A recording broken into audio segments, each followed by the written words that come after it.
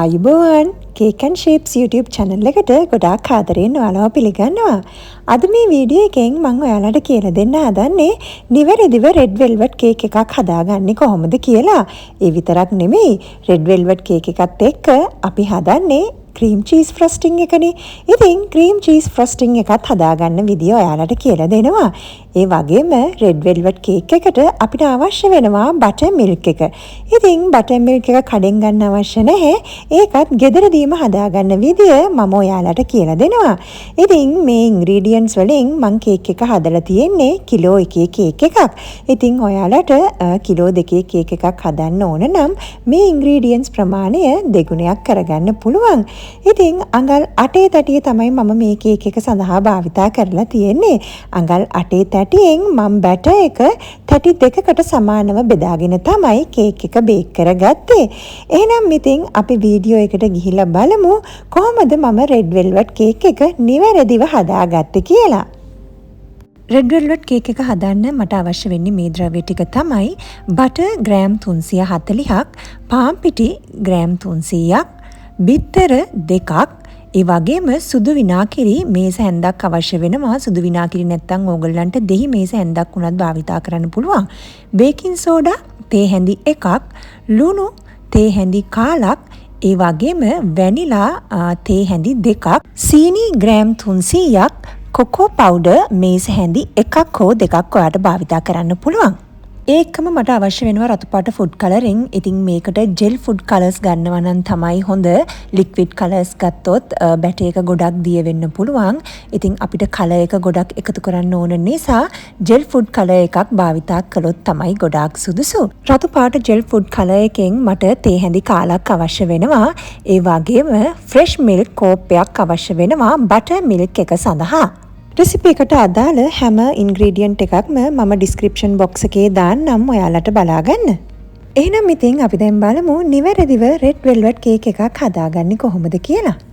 Batter එක හදාගන්න කලින් අපි කේක් එක බේක් කරන පෑන්ස් දෙක රෙඩි කරගන්න ඕනේ.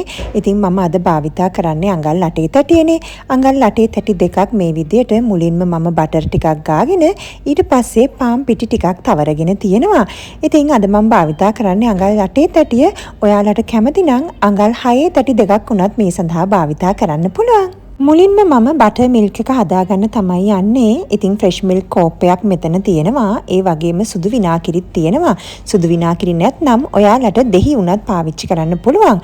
ඉතින් මේ විදියට සුදු විනාකිරි වලින් මේස හැන්දක් අරගෙන මම ෆ්‍රෙෂ් මිල්ක් එකට දාගන්නවා. ඊට පස්සේ මේ විදියට හොඳින් කවලම් කරනවා. ඉතින් මේ විදියට කවලම් කරලා මම මේක ටිකක් පැත්තකින් තියනවා. විනාඩි 10ක් 15ක් විතර යනකොට අපිට බටර් මිල්ක් එක හොඳට හදාගන්න පුළුවන්.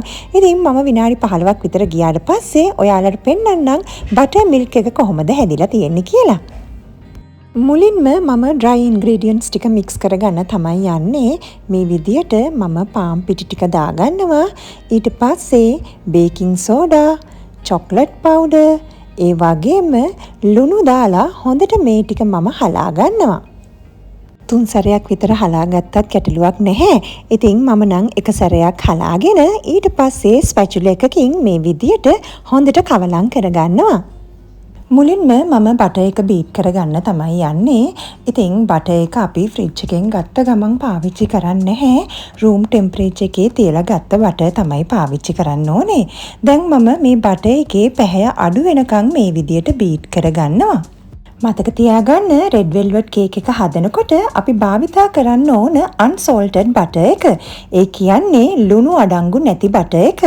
ඒකට හේතුව තමයි අපි මේ රෙසිපි එකට ලුණු ටිකකුත් ඇඩ් කරනවා. මේ විදියට butter එකේ පැහැ අඩු වෙනකන් මම බීට් කරගත්තට පස්සේ සීනි එකතු කරනවා. ඔයාලා hand beater එකක් පාවිච්චි කරනවා නම් සීනි ටිකෙන් ටික එකතු කරන්න.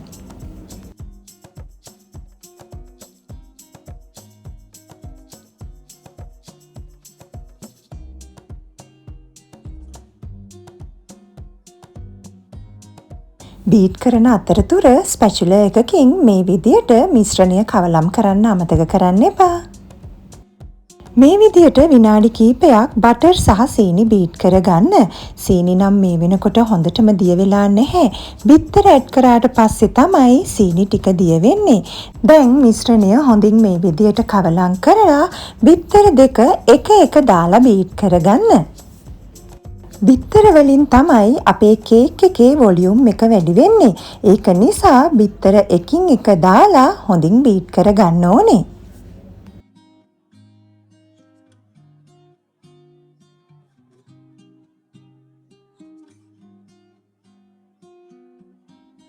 මේ දේවල් කරන අතරේ මම oven එක විනාඩි 10ක් ප්‍රීහීට් වෙන්න දානවා. ඉතින් අපි කේක් බැටර් එක ගහලා ඉවර වෙච්ච ගමන් oven එකට දාන්න බලාගෙන ඉන්න ඕනේ. බිත්තර දෙක බීට් කරගත්තට පස්සේ මම බටර් මිල්ක් එක එකතු කරන්නයි හදන්නේ. ඔයාලට පේනවා ඇති විනාඩි 15කට විතර පස්සේ අපේ බටර් මිල්ක් එක හොඳට හැදිලා තියෙන්නේ. බටර් මිල්ක් එකේ මේ විදියට හොඳට කැටිති ස්වභාවයක් තියෙන්න ඕනේ. අපි විනාකිරි එකතු කරපු නිසා තමයි මේ වගේ කැටිති ස්වභාවයක් තියෙන්නේ. දැන් රතු පාට ජෙල් කලර් එකෙන් තේ හැඳි භාගයක් අරගෙන මම බටර් මිල්ක් එකටම මේ විදියට මික්ස් කරගන්නවා. ජෙල් කලර්ස් භාවිතා කරන එක තමයි වඩාත් සුදුසු වෙන්නේ. ලික්විඩ් කලර්ස් භාවිතා කරනවා නම් ඔයාලට මේස හැඳි 3ක්වත් භාවිතා කරන්න වෙනවා. ඒත් කලර් එක මේ ප්‍රතිශතය ගොඩාක් අඩුයි. ලික්විඩ් ප්‍රමාණය වැඩි වෙනකොට බැටර් එක දියාරු වෙන්න බලනවනේ. ඒක නිසා රෙඩ් වෙල්වෙට් කේක් එකක් හදනකොට ජෙල් කලර්ස් භාවිතා කරන එක තමයි වඩාත් සුදුසු වෙන්නේ. බටර් මිල්ක් එකට කලර් එක මික්ස් කරගෙන පැත්තකින් තියාගන්නවා. ඊට පස්සේ මම වැනිලා තේ හැඳි දෙකක් එකතු කරගෙන තව ටිකක් බීට් කරගන්නවා. දැන් මම ඩ්‍රයි ඉන්ග්‍රීඩියන්ට්ස් ටික එකතු කරගන්නයි යන්නේ. මේ විදියට ටිකෙන් ටික දාලා මම බීට් කරගන්නවා. සාමාන්‍යයෙන් පාන් පිටි මිශ්‍රණය දැම්මට පස්සේ අපි කේක් එක ගොඩක් වෙලා බීට් කරන්නේ නැහැ. දැන් මම ඉක්මනටම මේ ටික මිශ්‍ර කරගන්නවා. ඔයාලට ස්පැචුලා එකක් ආධාරයෙන් උනත් මේ ටික කවලම් කරගන්න පුළුවන්.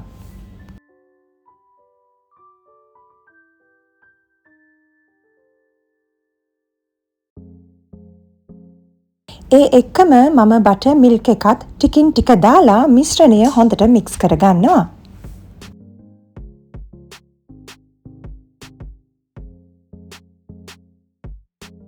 අපි සාමාන්‍යයෙන් කේක් එකක් හදන ක්‍රියාවලියම තමයි මෙතනදී සිද්ධ වෙන්නේ. ඉන්ග්‍රීඩියන්ට්ස් කීපයක වෙනස විතරයි තියෙන්නේ. ඉතින් සාමාන්‍යයෙන් ඔයාලා කේක් එකක් හදන විදියට මේ දේවල් කරගෙන යන්න. දැන් මම බැටර් එක බීට් කරගෙන ඉවරයි. අමුද්‍රව්‍ය හැම දෙයක්ම හොඳින් මිශ්‍ර වෙන විදියට මේ විදියට බීට් කරගත්තා.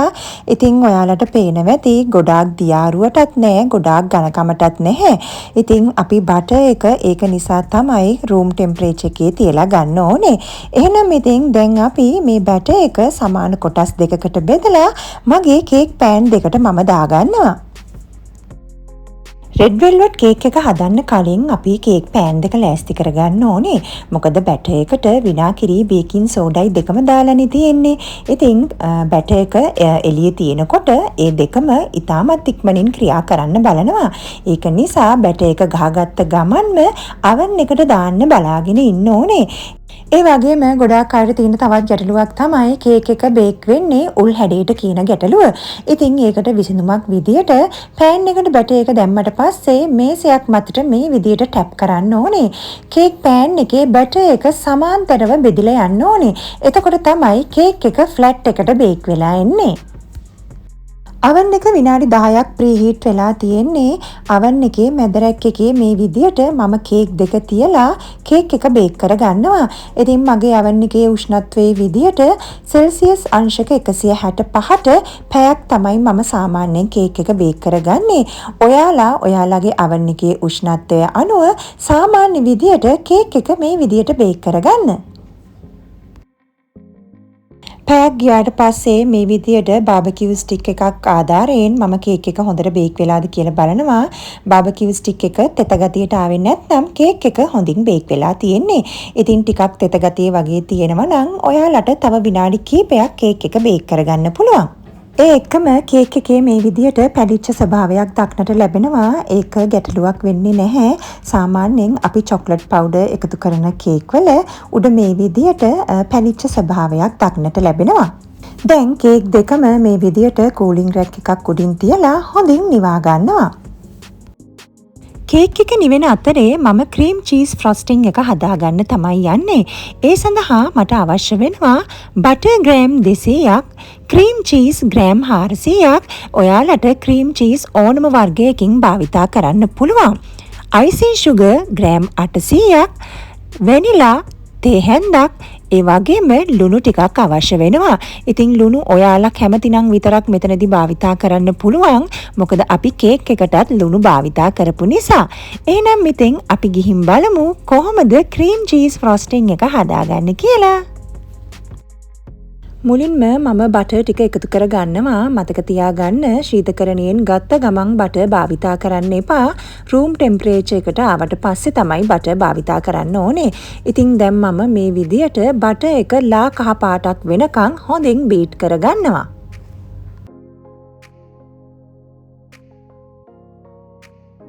බටර් එකේ පැහැ අඩු වුණාට පස්සේ මම ක්‍රීම් චීස් ටික එකතු කර ගන්නවා. මේ විදියට මම දැන් ක්‍රීම් චීස් ටිකයි බටර් ටිකයි තවත් හොඳින් විනාඩි කිහිපයක් බීට් කර ගන්නවා.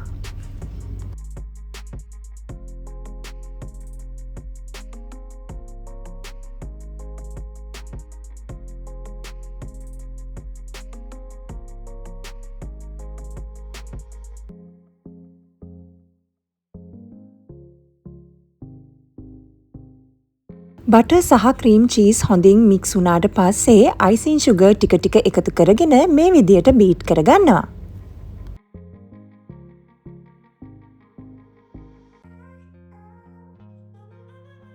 අයිසිං ෂුගර් ටිකින් ටික එකතු කරගන්න අතරේ වැනිලා තේ හැන්දකුත් දාලා මිශ්‍රණය මම හොඳින් මික්ස් කරගන්නවා.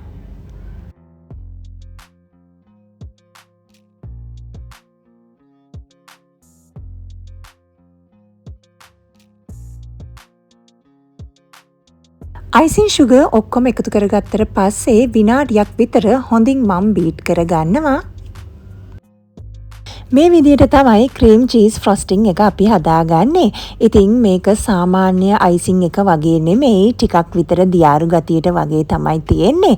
එහෙනම් ඉතින් අපි බලමු කොහොමද රෙඩ් වෙල්වට් කේක් එක ක්‍රීම් චීස් ෆ්‍රොස්ටිං එකෙන් ඩෙකරේට් කරගන්නේ කියලා.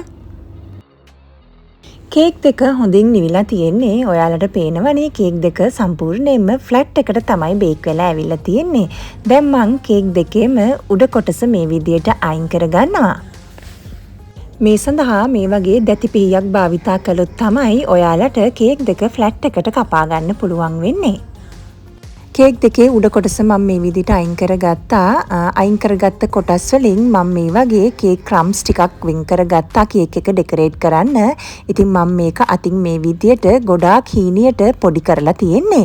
එහෙනම් මෙතෙන් අපි කේක් එක ඩෙකරේට් කරන්නේ කොහොමද කියලා බලමු.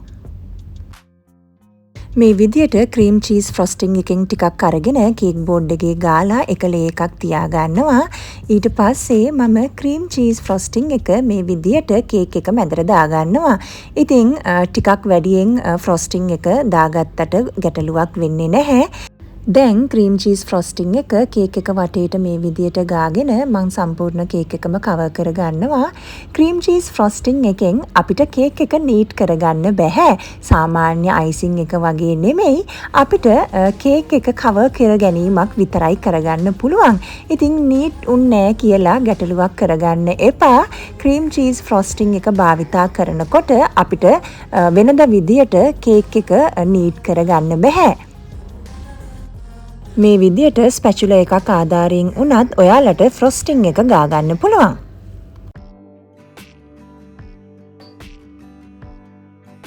කේක් එකේ සම්පූර්ණයෙන්ම මම ක්‍රීම් චීස් ෆ්‍රොස්ටිං එක මේ විදියට ගාගෙන ඉවරයි. ඊට පස්සේ අපි ඉතිරි කරගත්ත ක්‍රම්ස් ටික අරගෙන මම කේක් එක වටේටම අලවගෙන යනවා.